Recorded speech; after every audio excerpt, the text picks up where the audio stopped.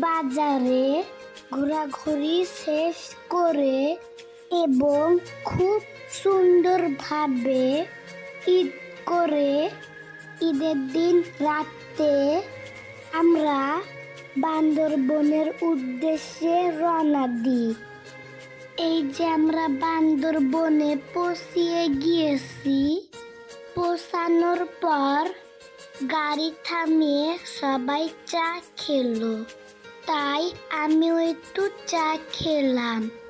আচ্ছা, বান্দরবনে আমরা যেখানে থাকবো সেটা হচ্ছে একটা গেস্ট হাউস। আমরা কিন্তু গেস্ট হাউসের ভিতরে যাচ্ছি।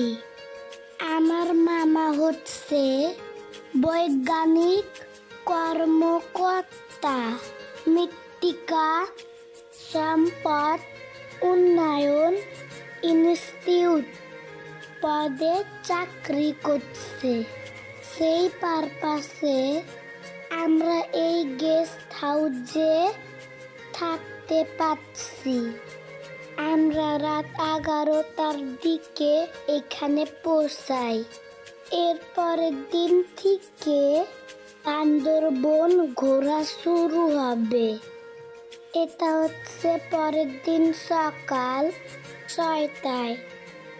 আম্মু ঘুম থেকে উঠে ভিডিও করছে।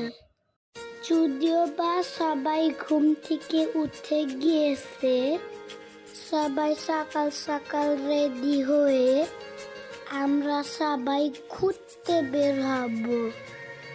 এই গেস্ট হাউসের চারপাশে শুধু গাছ আর গাছ। সূর্যটা উঠে যাচ্ছে। সকালে সূর্যটা দেখতে কি সুন্দর লাগছে। চারিদিকে লালচে কালার, একটু পর সব সাদা হয়ে যাবে। ওই যে দূরে একটা রাস্তা।